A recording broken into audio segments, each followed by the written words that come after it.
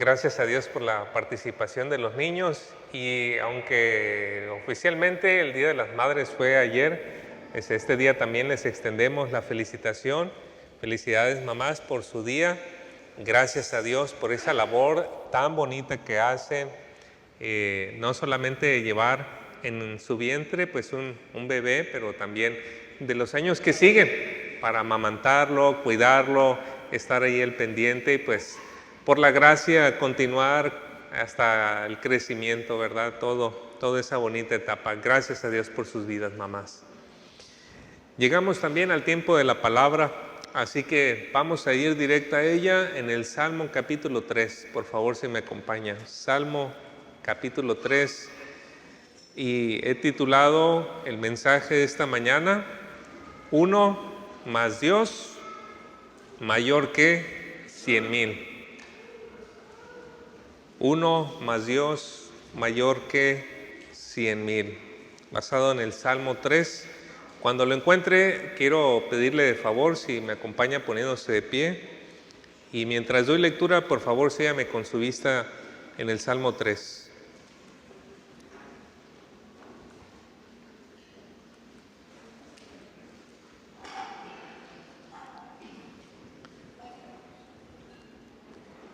Dice la palabra de nuestro Dios: Oh Señor, cuánto se han multiplicado mis adversarios. Muchos son los que se levantan contra mí. Muchos son los que dicen de mí, no hay para él salvación en Dios. Mas tú, Señor, eres escudo alrededor de mí, mi gloria y el que levanta mi cabeza. Con mi voz clamé al Señor y Él me respondió desde su monte santo. Yo me acosté y dormí y desperté, porque el Señor me sustentaba. No temeré a 10 millares de gente que pusieren sitio contra mí. Levántate, Señor, sálvame, Dios mío, porque tú heriste a todos mis enemigos en la mejilla, los dientes de los perversos quebrantaste. La salvación es del Señor, sobre tu pueblo sea tu bendición. Oremos. Padre Celestial, usted conoce la condición de cada uno de nosotros, pero casi estoy seguro que entre un grupo numeroso como el que estamos ahorita reunidos, más de alguno está enfrentando alguna lucha, alguna prueba, o alguno la tendrá que enfrentar dentro de poco tiempo. Así es la vida. Tenemos muchas dificultades, pero gracias, Señor, que aquellos que hemos puesto nuestra esperanza en Cristo, somos mayoría. Y somos mayoría por usted, Señor, con nosotros. Ayúdenos a llevar esas batallas ante su presencia. Ayúdenos, Señor, a encontrar consuelo a aquellos que están sufriendo, pasando por algún momento difícil, a encontrar esperanza en las palabras de este salmo, Señor, y a saber cómo batallar esa parte en la mente o lo que está sucediendo alrededor. Guíenos con la ayuda de su Espíritu Santo, Señor, a través de la Escritura, y úseme, Señor, para ese propósito, por favor, y que toda la gloria, Señor, toda la gloria sean para usted.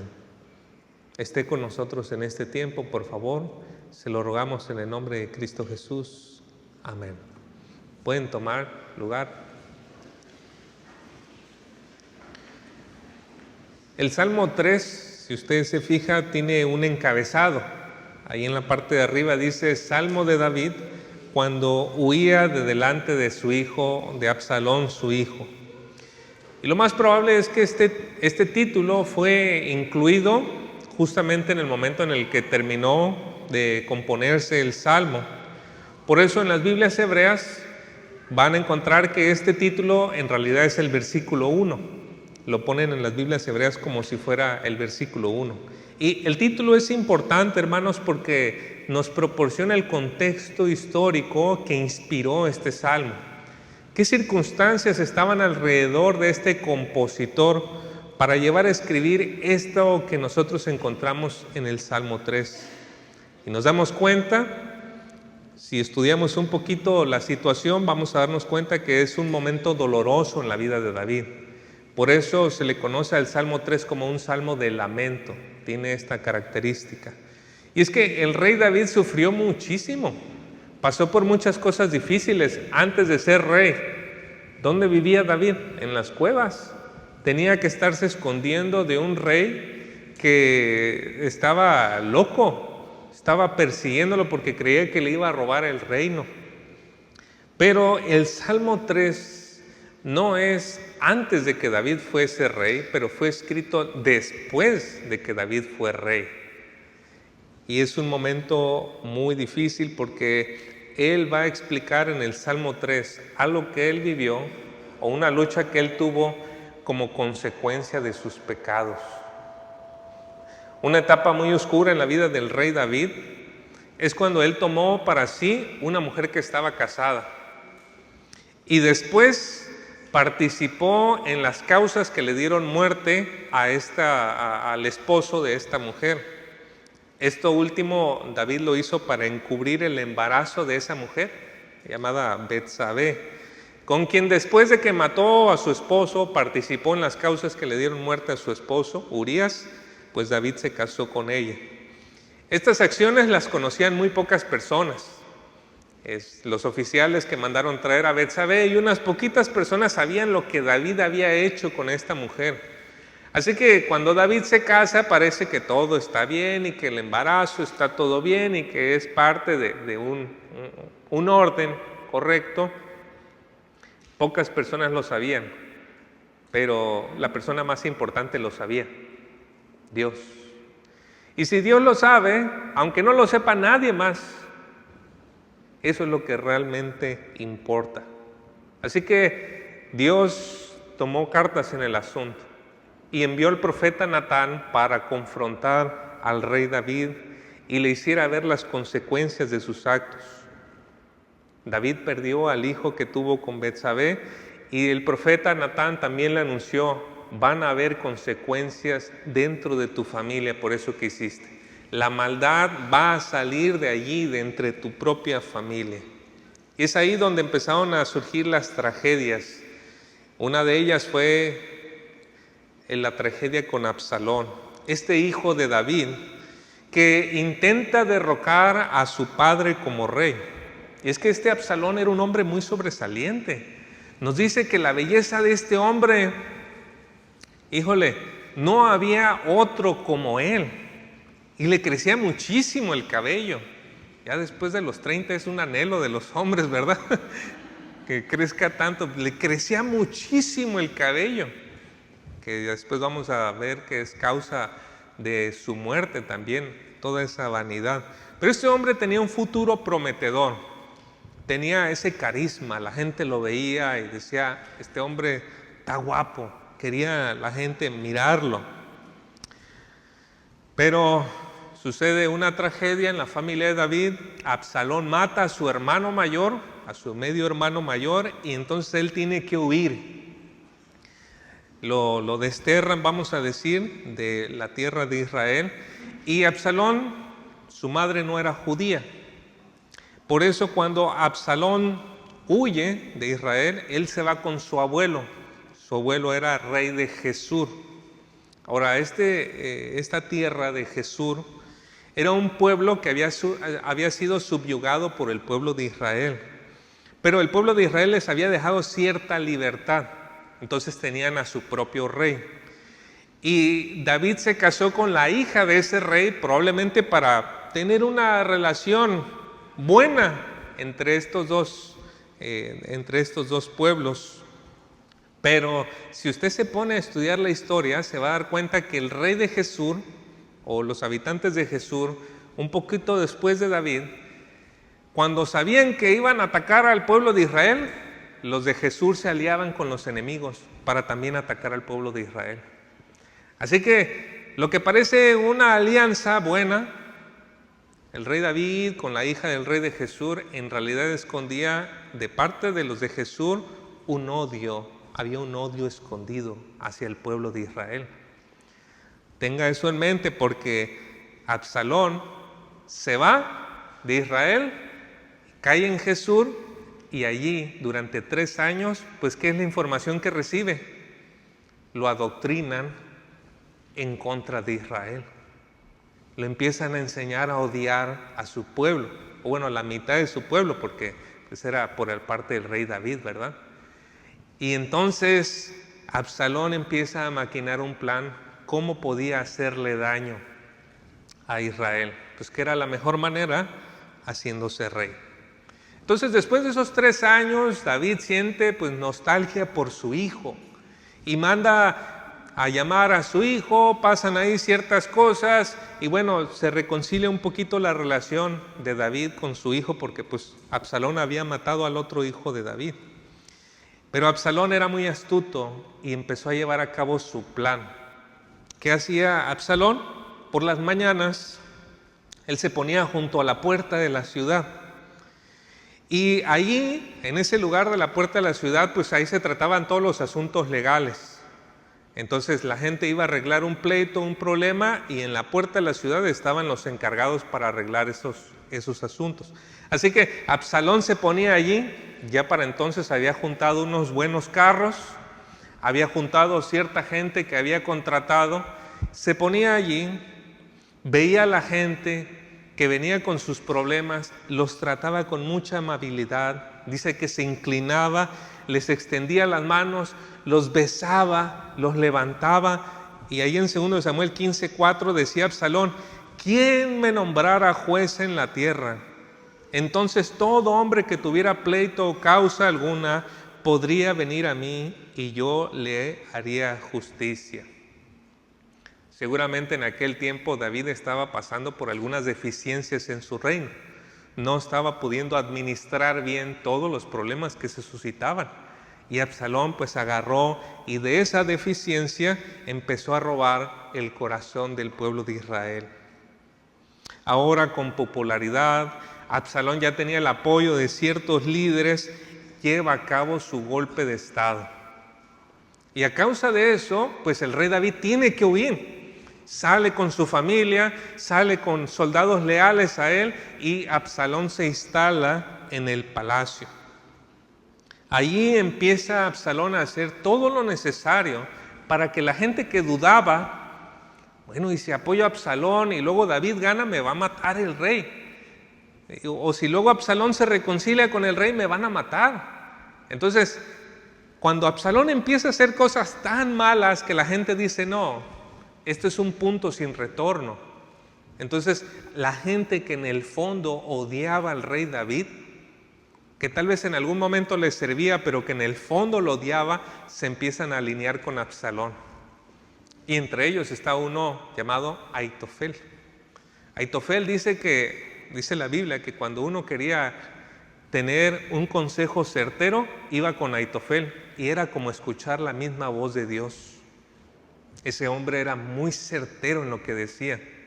Así que la gente iba con él, y ahora Aitofel era el consejero de Absalón.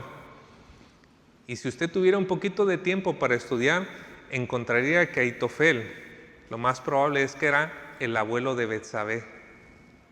Así que era todo un asunto familiar, cosas guardadas, odio, resentimiento, que por causa del pecado de David, Dios la sacó a la luz. Hermanos, ¿de cuántas cosas no nos libra Dios cuando caminamos con Él? Pero cuando nosotros queremos darle la espalda y hacemos acciones, Dios solamente necesita destapar una cloaca y va a salir todo lo que nosotros dejamos pendiente. Todas las cosas que hicimos en el pasado, sale toda la podredumbre de allí. Y eso simplemente fue lo que sucedió con David. Sus pecados ahora le estaban alcanzando. Qué tragedias vinieron en su familia, ¿verdad? Me parece importante señalar esto, hermanos, porque a veces leemos los salmos y leemos un salmo como este de alguien que triunfa, que vence, que dice 10 millares no podrán, Y pensamos, no, este es un hombre santo. Quien dice eso es porque siempre ha triunfado y ha caminado con el Señor. Pero no nos ponemos a pensar que este es un hombre que está experimentando las consecuencias de su pecado. Un hombre como usted y como yo, que hemos tenido fracasos, resbalones, golpes, tropiezos y todo lo que sigue de ahí, pero que se arrepintió, le pidió perdón a Dios, se puso bien con el Señor, pero aún así las consecuencias le alcanzan y le siguen, pero que está bien con el Señor.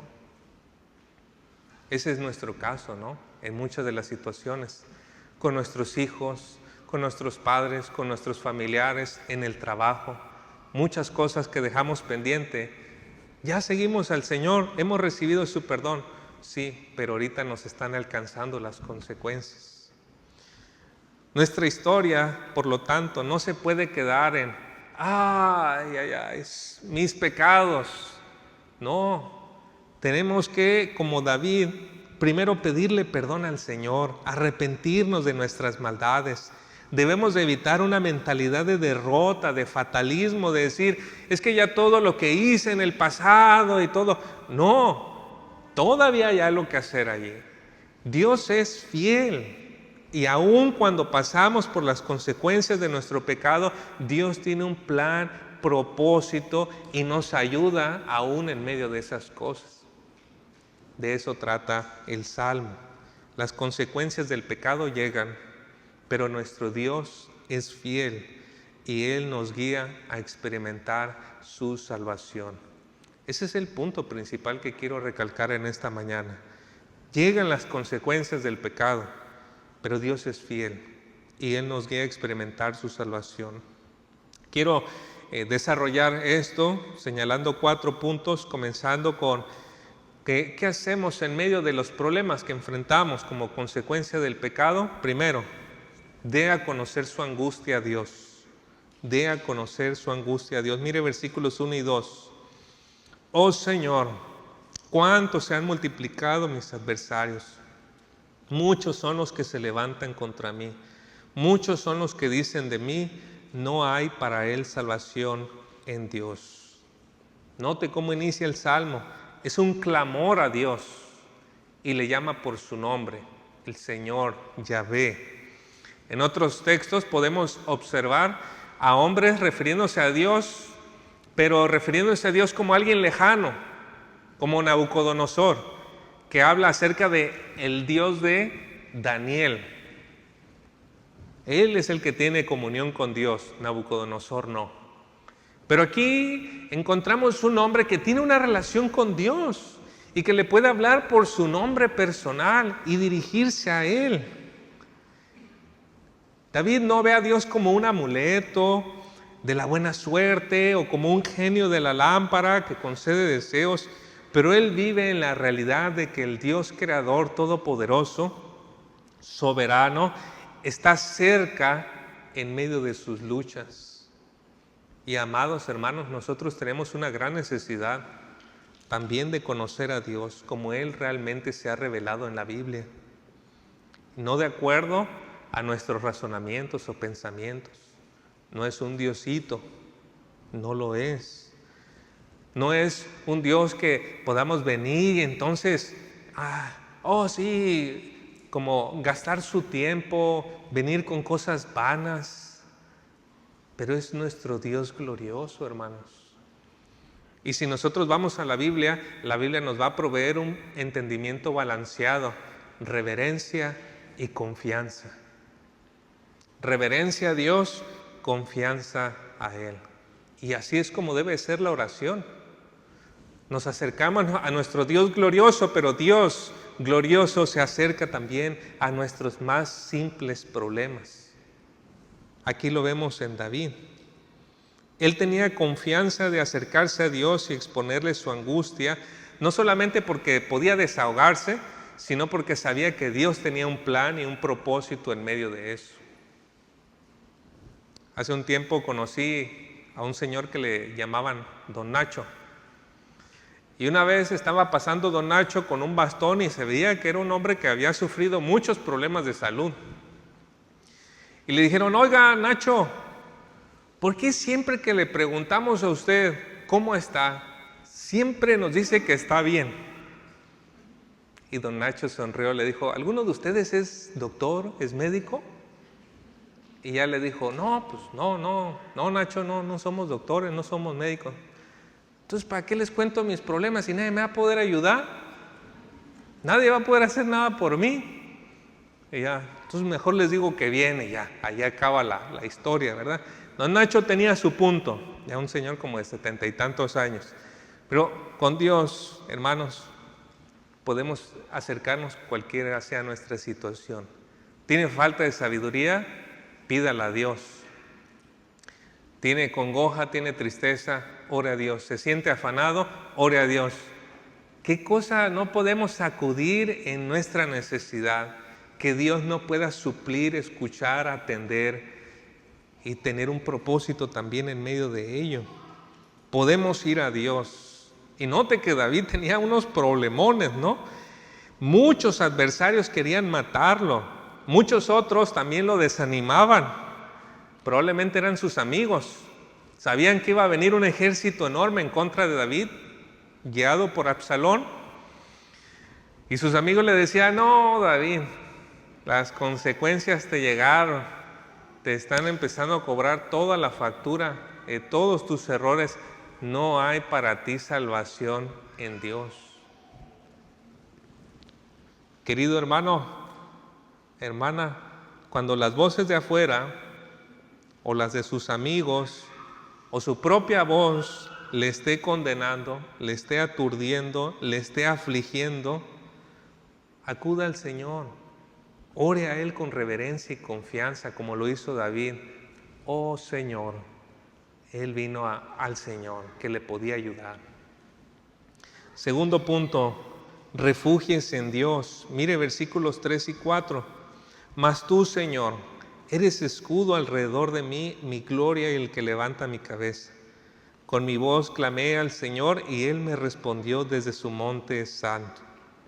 Dice el versículo, ¿verdad?, que Dios es escudo alrededor de los suyos.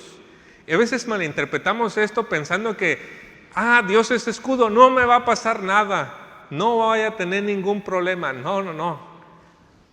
El escudo de un soldado no significaba que no iba a haber batallas. El escudo de un soldado significaba que él iba a tener protección en medio de la batalla y que probablemente iba a tener heridas, pero que sus órganos vitales iban a estar protegidos. Entonces el soldado iba a usar su escudo para proteger su corazón, sus intestinos, sus pulmones, probablemente una parte de sus piernas, una parte de su cuello, su cabeza. Dios es escudo y nosotros debemos de entender de la misma manera en que los soldados lo entendían. Dios no se ha comprometido a no meternos en las batallas. Al contrario, hermanos, ¿qué dijo nuestro Señor? En el mundo tendréis aflicción, pero confiad, yo he vencido al mundo, en Juan 16:33. Luego David dijo que Dios es también su gloria, en la parte que nosotros acabamos de leer. Eres escudo alrededor de mí, mi gloria. Y un comentarista describe este versículo como lo mejor de su reputación. Dios, tú eres lo mejor de mi reputación. ¿Quién era David, hermanos? David, como guerrero, era un hombre fiero, o sea, valiente, con coraje, con arrojo. A sus 15, 16 años andaba enfrentando a un Goliat, un mercenario, un hombre consumado como soldado. Y David se enfrentó a él y muchas otras batallas. David era un estratega, era un hombre inteligente, era un hombre con mucho carisma para guiar a las personas, pero de nada de eso se confió él. Dice, Señor, mi gloria no son todas mis experiencias y habilidades que he adquirido con el tiempo, pero eres tú, Señor. Si hay algo por lo cual he llegado hasta aquí y he sido lo que he sido, eres tú, Señor. El Señor era su gloria.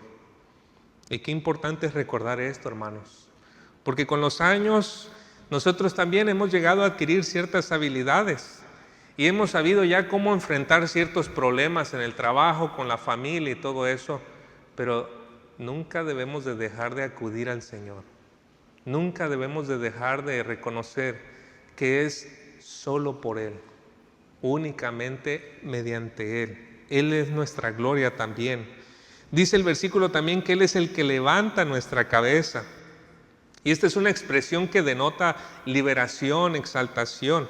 Note, por ejemplo, en 2 Reyes 25, 27 y 28 nos dice: en el año 37 del cautiverio de Joaquín, rey de Judá, en el mes 12, a los 27 días del mes, aconteció que Evil-Merodac, rey de Babilonia, en el año en que comenzó a reinar, elevó el rostro de Joaquín, rey de Judá, sacándolo de la cárcel, y le habló con benevolencia y puso su trono por encima de los tronos de los reyes que estaban con él en Babilonia. Es la expresión de levantar la cabeza, hermanos. Dios es el que cuando nosotros estamos en un momento donde solamente agachamos la cabeza, nos sentimos derrotados, afligidos, Él es el que levanta nuestra cabeza. Él es el que nos saca de esa circunstancia y Él es el que nos trae en una condición, en una situación segura. Así que nuestro Dios responde nuestras oraciones, pero no necesariamente es en nuestro tiempo y en nuestra manera. Cual Padre sabio, Dios sabe hasta dónde podemos aguantar. A veces tenemos algún problema y, Señor, por favor, sácanos de aquí, ayúdame, Señor, Y a veces eso se parece, hermanos, o puede llegar a ser más como el lloriqueo de un bebé, de un niño chiquito que le quitaron un dulce. ¿Y por qué Dios no nos saca de la situación? Porque todavía estamos inmaduros en eso. Y Dios nos deja pasar por ese momento, y cuando por fin nos saca, nos damos cuenta, sí podía aguantar más, sí podía soportar un poquito más el problema. Pero es que a veces nosotros somos muy inmaduros y no reconocemos la sabiduría de Dios para levantar en nuestro tiempo nuestra cabeza, en el tiempo de Dios nuestra cabeza. Así que refúgiese en Dios, pero también, tercer punto, descanse en Dios. Versículos 5 y 6 dice: yo me acosté y me dormí, desperté, pues el Señor me sostiene. No temeré a los 10 millares de enemigos que se han puesto en derredor contra mí. Hermanos, 10 millares no es una cantidad pequeña, ¿verdad? Son 100,000 soldados. Ahitofel le había aconsejado a Absalón que dame 12,000 soldados, ahorita mismo voy con David y lo derrotamos y quedamos. Y alguien llegó con Absalón y le dijo: no, tú sabes que tu papá es hombre de guerra, junta todo el ejército y ve contra él para que no haya fallas. Así que podemos pensar que literalmente sí habían 100,000 soldados buscando la cabeza de David. 100,000 personas. Y cuando llega la noche, ¿qué hace David cuando el ejército lo está persiguiendo? Agarra su almohada y se echa a dormir. Duerme, descansa. Se acostó, durmió y por la mañana, ¿adivinen qué? Despertó. ¿Por qué? Porque su confianza estaba en el Señor. Su confianza estaba en el Señor. Hermanos, a veces estamos muy preocupados por muchas cosas, pero la preocupación no resuelve nada. El afán nunca ha resuelto un solo problema, pero confiar en el Señor sí. El problema con nosotros es que muchas veces dejamos que los pensamientos nos abrumen sin tratar debidamente con ellos. A veces las cosas que nosotros pensamos no son verdaderas. Si usted es una de esas personas que viene a alguien y le cuenta: oye, fulanito hizo esto, y usted le cree todo lo que dice, me compadezco de usted. Porque eso significa que cuando su propia mente le habla a usted, usted se lo cree todo. Pero no, hermanos. Mire qué dice Proverbios 18:17. El primero que habla en la corte parece tener la razón hasta que comience el interrogatorio. ¿Y no le ha pasado que alguien le cuenta algo y cuando ya le cuentan la otra parte, dice, con mis hijos pasa todo el tiempo. Papá, es que me pegó. Sí, ¿y tú qué le hiciste? Ahí tenemos ya las dos partes. Pero lo mismo sucede, hermanos. A veces la batalla no son 100,000 soldados que están afuera, pero a veces la batalla está aquí. Y nos está diciendo algo nuestra propia carne para derrotarnos. Y nosotros tenemos que interrogar, tenemos que preguntar, ¿es esto verdadero? ¿Es esto lo que estoy pensando es verdadero?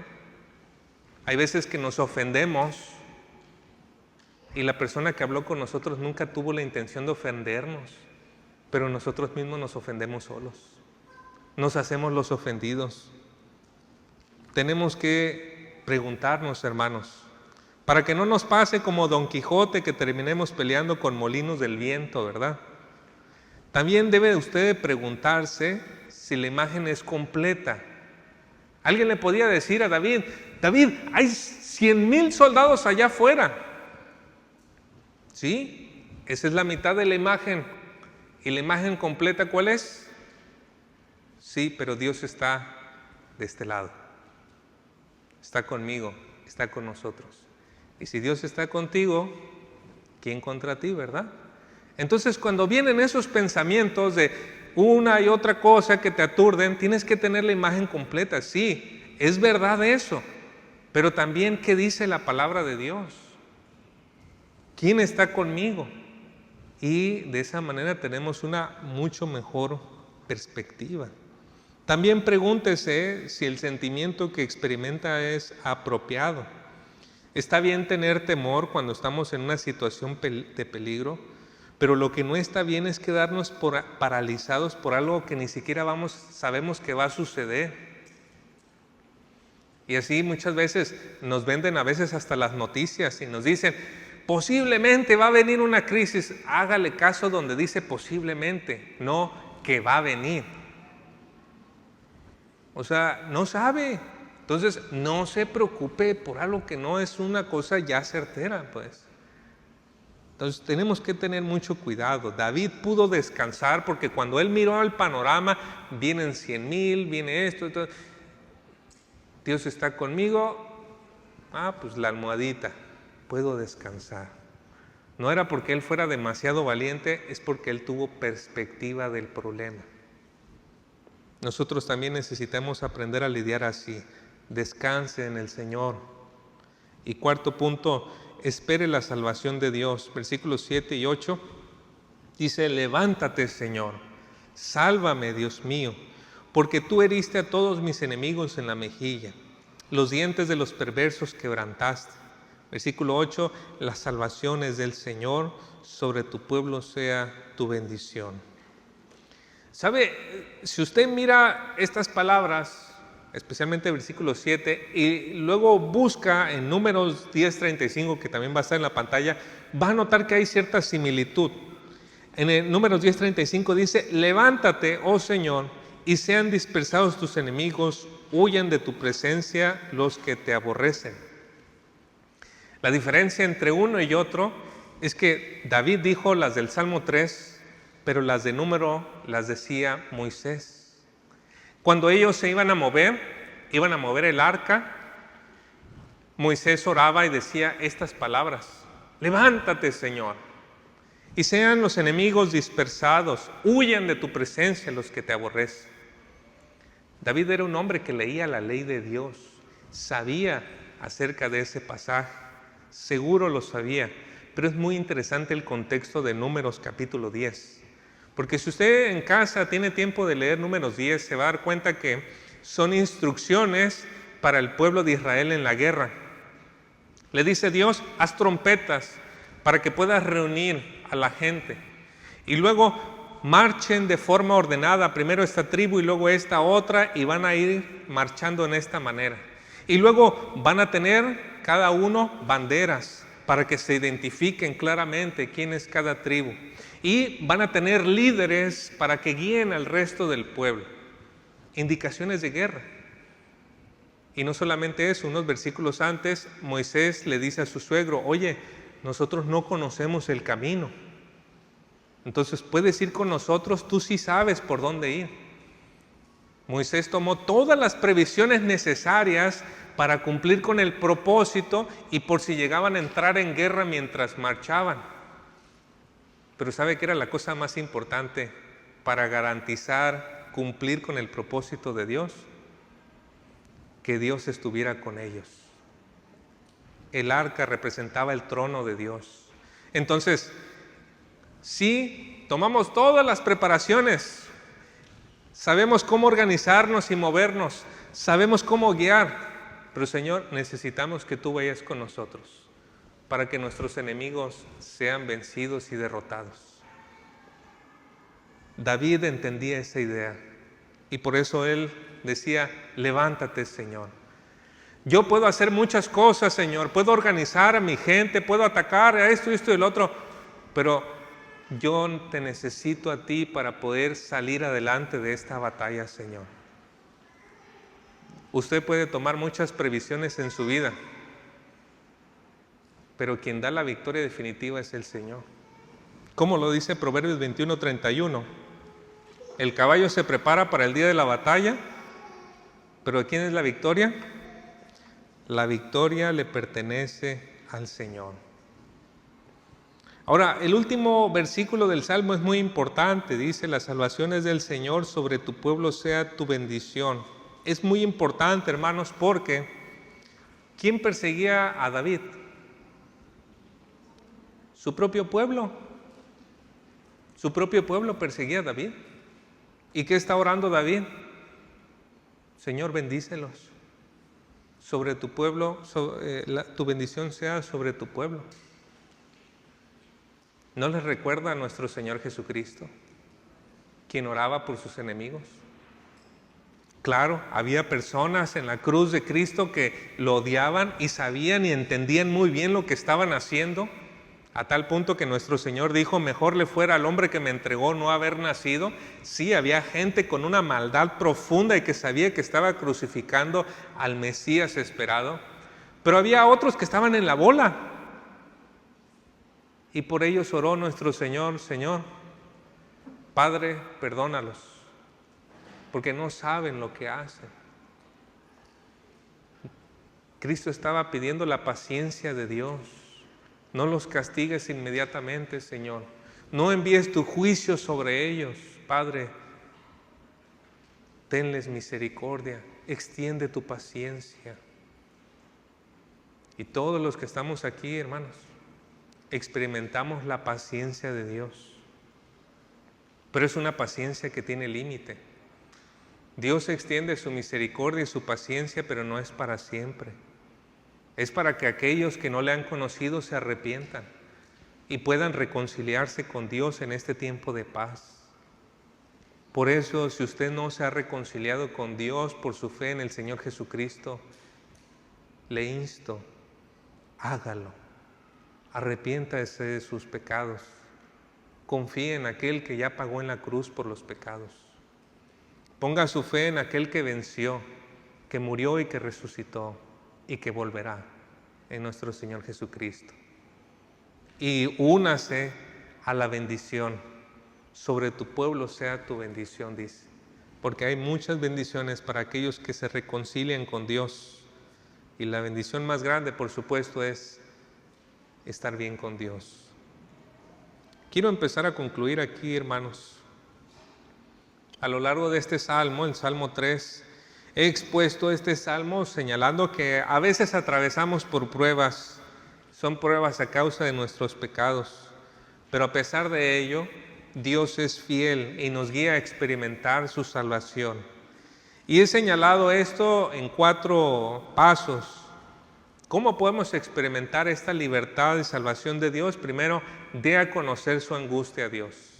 Segundo, refúgiese en Dios. Tercero, descanse en Dios. Y cuarto, ya que ha hecho todos los preparativos, espere en el Señor. Espere la salvación de Dios. Espero que el Señor use esta palabra para bendición de cada uno de nosotros. Oremos. Gracias nuestro Dios y Padre Celestial por guiarnos a través de la predicación. Su palabra, Señor, es fiel, es verdadera, es pura. Podemos confiar en ella. Es pura, más que 7 veces refinada en el fuego, Señor. Así que le rogamos que usted ayude a su pueblo a tener esa confianza y saber qué hacer cuando llegan esos momentos, cuando nos alcanzan nuestros pecados. Aludiendo, Señor, al Día de las Madres, sé que hay mamás que tienen aflicción en su corazón por sus hijos, porque en algún tiempo no pudieron guiarles debidamente en la fe, o porque en algún tiempo no conocían de usted, Señor, y aunque hacían lo mejor que podían, tenían fallas.